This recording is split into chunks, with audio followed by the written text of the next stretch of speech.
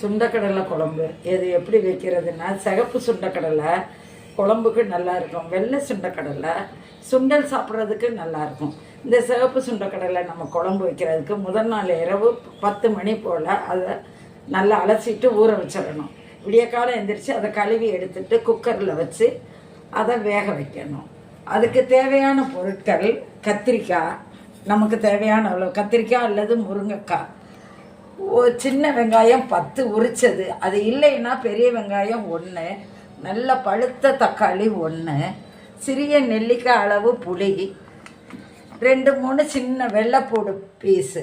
இதை வச்சுட்டு தேங்காய் ஒரு 5 சில்லு, நம்ம குழம்புக்கு தேவையான திக்னஸ் அளவு தேங்காய் போட்டு இதை பூரா மிக்சியில் கொஞ்சம் சீரகம் போடணும், போட்டு மல்லிப்பொடியும் போட்டு அதை அரைக்கணும். அரைக்கிறது எதுக்காக இதை போட்டு அரைக்கிறோன்னா, குழம்போட டென்சிட்டி ஜாஸ்தி இருக்கும், திக்னஸ் கிடைக்கும், 4 பேருக்கு நல்லா நிறைய ஊற்றி சாப்பிட்றாப்புல கிடைக்கணுங்கிறதுக்காக நம்ம இதோடு சேர்த்து அரைக்கிறோம்.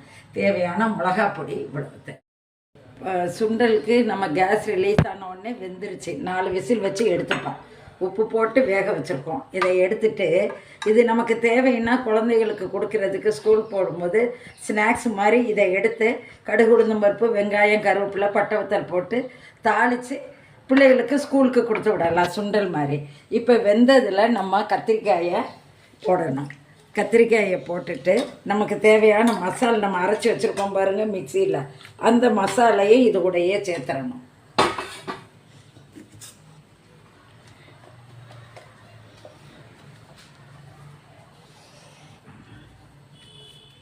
இந்த மசாலா சேர்த்து இப்படியே ஒரு கலக்கி வச்சுட்டு அடுத்து நம்ம இதுக்கு தேவையான மிளகாய் பொடி போடணும்.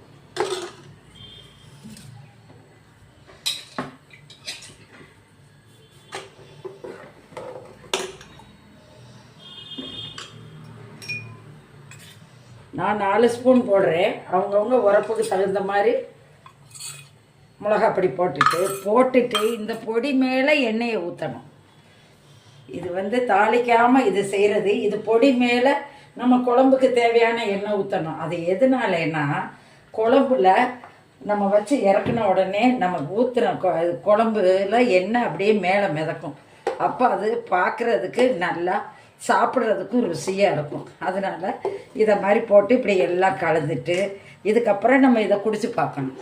குடித்து பார்த்துட்டு நமக்கு எது தேவையோ, உரப்பு தேவைங்கிறவங்க உரப்போ உப்போ சேர்த்து பார்த்துக்கிறலாம். எல்லாம் சரியாக இருந்துட்டால் உடனே நான் இப்போ எனக்கு உரப்பு தேவை, உரப்பு போடுறேன். இது சரியான உடனே நீங்கள் என்ன செய்யணும், குக்கரை மூடிடணும். நமக்கு எவ்வளோ குழம்பு தேவையோ அந்த குழம்பு அளவை வச்சுட்டு கூட 100 ml தண்ணி ஊற்றுனா நமக்கு குழம்பு ரெடி ஆயிடும். விசில் வச்சு இப்போ திறந்துட்டாங்க, கேஸ் ரிலீஸ் ஆன உடனே. இப்போ குழம்பு பாருங்கள், குழம்பு எப்படி எண்ணெய் விட்டுட்டு இருக்குது, நல்ல ரெட்டிஷாகவும் இருக்குது, உரைப்பு ரொம்ப இருக்காது. ஆனால் நம்ம அந்த மிளகா பொடி மேலே எண்ணெய் ஊற்றுறதுனால அந்த கலரில்